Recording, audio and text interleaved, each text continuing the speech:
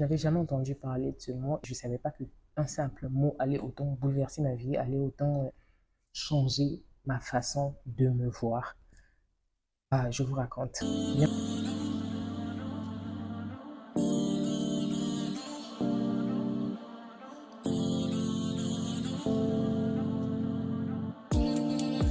vous raconte. Bienvenue encore dans cette toute nouvelle vidéo. Je suis Adassa Djaïk. Pour les nouvelles personnes qui viennent d'arriver, je suis une jeune chrétienne congolaise vivant à Brazzaville qui, sur cette chaîne, essaie juste de partager son quotidien de jeune chrétienne dans toute la transparence possible. On parle de tous les sujets, comme ce sujet aujourd'hui, où je pense qu'il va aussi te toucher et j'espère, par la grâce de Dieu, cette vidéo va te faire du bien tout simplement. J'étais jeune, je suis allée à Accra, j'ai commencé mes études, j'ai fait tout ce que je pouvais faire jusqu'à ce moment où j'ai commencé à beaucoup entendre parler de problèmes émotionnels. Il faut savoir que avant de quitter, j'en avais beaucoup, mais je ne savais pas que c'était tout un sujet. Les gens ont commencé à me traiter de tout. Je suis quelqu'un de très réservé, je ne parle pas beaucoup quand je suis en compagnie des gens, surtout que je ne connais pas, ou les gens avec lesquels je n'ai pas assez d'affinité. Donc, j'ai commencé à recevoir beaucoup de petites remarques. Tu es bizarre, tu es si. Et à cette époque-là, j'avais beaucoup un problème d'acceptation de soi. Je ne m'acceptais pas moi-même, tellement je ne me supportais pas. J'avais l'impression que les autres aussi ne me supportaient pas et je devais faire plus d'efforts pour que les autres puissent me supporter. Du coup, je faisais tout ce que les autres voulaient. Pour ce genre de personnes, quand on se met à te faire ces remarques-là, tu te dis clairement, ok, donc je vais essayer de me mettre dans le moule de chaque personne. J'ai donc essayé de faire tout ce que je pouvais pour faire plaisir à ces gens-là, mais malheureusement, ça ne suffisait toujours pas. J'ai commencé à revoir un peu ce truc qui revenait tout le temps, bizarre et tout. Ok, dans quel sens? Parce que je parle pas et tout. Ok, désormais, je vais commencer à parler. Et puis, j'ai commencé à exprimer ce que je ressentais, comment je vivais les choses, quand quelqu'un me faisait du mal, quand quelqu'un me faisait du tort, quand j'avais un problème, j'essayais de m'exprimer.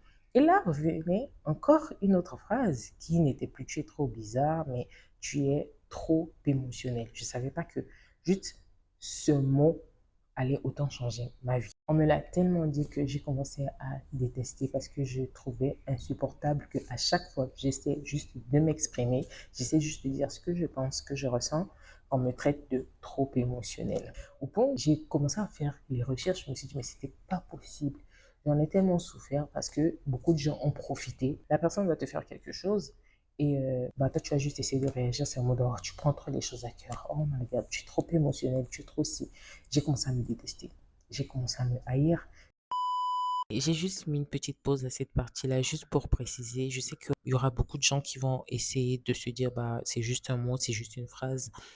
Pourquoi commencer à te détester ou haïr avant de continuer la vidéo? J'aimerais juste préciser. En fait, le fait qu'on puisse tout le temps te répéter ce genre de choses et que toi, tu entends ça tout le temps, constamment, comme j'ai dit, beaucoup commençaient à en profiter. Pourquoi? Parce que j'avais maintenant ce mécanisme-là de me dire que c'est moi le problème. Et à chaque fois, on me faisait du mal ou quelqu'un me faisait quelque chose, je n'avais jamais à cœur ou en tête de me dire que peut-être c'est parce que le comportement de la personne ne m'a pas plu ou c'est parce que l'acte réellement que la personne a eu à faire m'a blessé.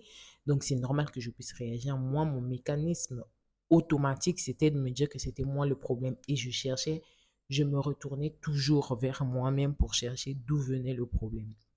Et vous pouvez imaginer que des fois, c'est pas toi le problème, mais tellement tu veux chercher le problème que tu découvres des choses, des fois, qui ne sont pas vraies, des histoires fausses en toi-même. Te dire, ah, c'est peut-être à cause de ça, parce que tu dois forcément trouver un problème. Les choses qui sont censées être normales en toi, tu commences à vouloir les modifier juste parce que dans ta tête, tellement on t'a répété ça, c'est que c'est toi le problème vient de toi et ne vient pas des autres. Et je peux vous assurer que c'est épuisant. Je vous laisse continuer la vidéo. J'aimais plus euh, toutes ces choses que je venais de découvrir, l'univers d'émotions. Tu es trop hypersensible, tu es trop mélancolique. Je suis tombée dans ce cercle où je commençais à en vouloir à Dieu. J'ai demandé à Dieu, mais pourquoi tu m'as créé comme ça? Pourquoi tu m'as créé avec cette émotion-là? Parce que, effectivement, je suis quelqu'un, c'est vrai que je ressens profondément les émotions. C'est vrai que je suis comme je suis. C'est juste que d'autres commencent à un peu trop profiter de ça. J'ai commencé à prier, jeûner pour que Dieu m'enlève ce tempérament, pour que Dieu, je ne sais pas par quel miracle, mais vraiment, j'ai commencé à sérieusement prier pour ça. Et je crois que j'aurai un sujet uniquement sur cette période de ma vie, comment le Seigneur m'a délivré. Mais pour faire court, j'ai rencontré une merveilleuse personne. Un jour, je parlais avec la personne et on parlait, je ne sais pas comment on est arrivé sur ce point, on est tombé sur le point des tempéraments. J'expliquais à la personne que d'ailleurs, je suis même en train de prier pour ça parce que j'ai tellement, je ne sais pas combien de fois j'ai prié pour ce sujet et la personne s'est énervée contre moi, mais non, tu ne peux pas et tout ça. Voilà, c'est normal, Dieu t'a créé avec ça, c'est parce qu'il savait. D'où je vais venir dans cette vidéo pour essayer de expliquer à quelqu'un qui a aussi peut-être traversé les situations que moi j'ai eu à traverser. Les émotions sont très importantes. Pourquoi? Parce qu'elles font partie de nous. C'est ce qui fait de nous des humains. Ces émotions sont là pour te permettre à ressentir plusieurs choses. Tu sais, enfin, tes émotions te permettent de ressentir quand tu es triste, quand tu es joyeuse. C'est ça qui fait la différence entre nous et des robots. Et la Bible dit que Dieu nous a créés à son image. Ce sont les émotions, c'est normal. On ne doit pas diaboliser ça. Si tu es quelqu'un, tu es peut-être trop émotionnel, ou toi, tu es quelqu'un, tu prends jamais des choses au sérieux, ou je sais pas, peu importe comment, que tu sois sanguin, mélancolique, ou je sais plus d'autres tempéraments, comme on a l'habitude de le dire, tu ne dois pas arriver à ce point où moi, je suis arrivé me dire que bah, j'étais maudite.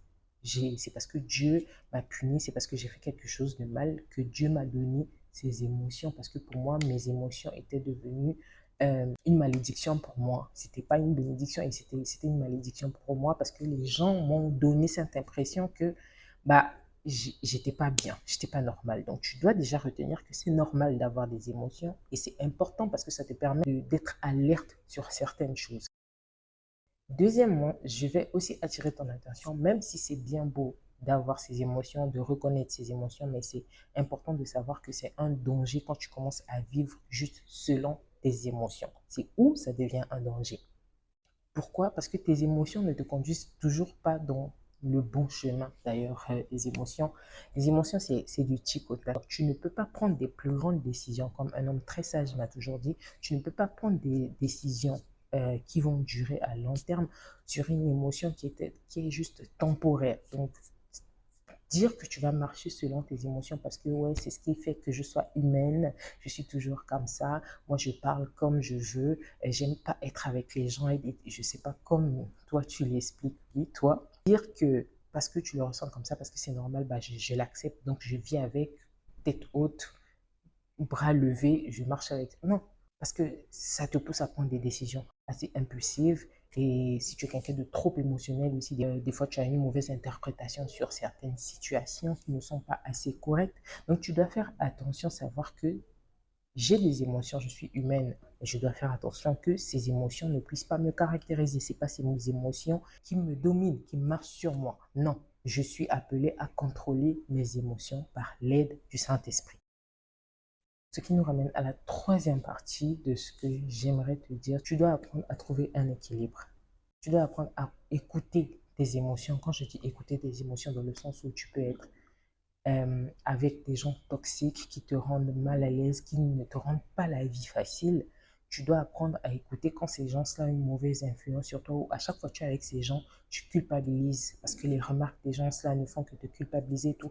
Là, tu dois être attentif à tes émotions parce que tu es quelqu'un, tu vas pas continuer à vivre comme ça comme moi. J'ai décidé de là, vous voyez, ça allait parce que ça m'affectait négativement. J'ai pris en conscience ce que je ressentais. Ce n'était plus moi, je ne m'aimais plus et c'était plus normal. Le fait de ne plus m'aimer, de ressentir certains trucs vis-à-vis de moi-même, c'était pas normal. Donc là, je ne veux pas dire que non, parce que je ressens ce genre de choses, ce sont des émotions. Donc, je ne suis pas ces émotions. Ils ne disent rien, ils vont partir demain. Non, il y a des émotions. Comme j'ai dit, ce sont des alertes pour te dire que là, il y a quelque chose qui ne va pas, que tu dois changer. Par exemple, le Saint-Esprit va essayer de te faire ressentir, des fois tu sens je ne vais pas dire culpabilité, mais il y a quelque chose où le Saint-Esprit est en train d'essayer d'attirer ton attention. Donc ça peut être comme là, en signe d'alerte pour t'alerter, mais ne pas leur donner tout le contrôle de ta vie. Donc ça résume un peu tout ce que je viens de dire. C'est normal, mais ça ne doit pas être mon maître. Ça ne doit pas être comment je vais dire, une boussole pour moi. Je ne dois pas me laisser guider par mes émotions. Ça ne doit pas être comme un GPS pour moi. Non, c'est le Saint-Esprit mon GPS, c'est le Saint-Esprit qui marche avec moi et ce ne sont pas mes émotions. Alors, c'était tout. Je ne sais pas si j'ai été trop vite ou quoi que ce soit. Et si vous voulez que je puisse vraiment développer encore le sujet, bah, dites-moi juste en commentaire et sache que, bah, comme je l'ai dit dans la vidéo, c'est pas tes émotions qui te définissent. Tu es défini, je ne vais jamais cesser de le dire sur cette chaîne. Tu es défini par ce que Dieu dit de toi et ce que Dieu pense de toi. Quelqu'un qui est là pour t'aider va te dire le problème, un peu comme j'avais l'habitude de dire un peu comme le Saint-Esprit. Voilà pourquoi j'aime cette particularité du Saint-Esprit. Il te dit ton problème et il te donne la solution et il te dirige dans cette solution pour t'aider à accomplir et à mettre terme à ce défaut. Si c'est un défaut qu'il t'a montré, si c'est quelque chose, mais en tout cas, il est là dans tout le processus. Et l'être humain, c'est un peu le contraire. Il te dit juste ce que tu fais, mais il ne te donne pas la solution. Il n'est pas là pour t'aider au truc. Mais bon, c'est comme ça la nature. Nous-mêmes aussi, on est souvent comme ça. On n'est pas parfait. Mais je vais te prier de t'entourer des personnes qui t'élèvent malgré tes défauts, qui essaient de te donner des solutions. Si Dieu te l'a donné, il sait pourquoi il te l'a donné. Tu as des qualités aujourd'hui, j'ai des qualités que les gens apprécient chez moi. C'est parce que j'ai ce genre de tempérament que je suis ce genre de personne. Et prier pour ça, c'est comme dire à Dieu, bah, tu as fait une erreur. Et Dieu ne fait pas d'erreur. Il sait pourquoi il t'a créé comme ça. Il sait pourquoi il a mis ce tempérament en toi. Bah, tu ne dois pas te détester ou te trouver bizarre ou te trouver différente parce que tu es trop émotionnel, parce que tu es trop sanguin. Mais non, juste essaie de chercher le juste milieu et de marcher avec les deux. Parce que comme la Bible dit, Dieu a été 100% homme, 100%. Et je pense qu'il a marché avec tout ça en même temps. Donc, je te fais plein de bisous. Je te dis à la toute prochaine vidéo. Bye bye.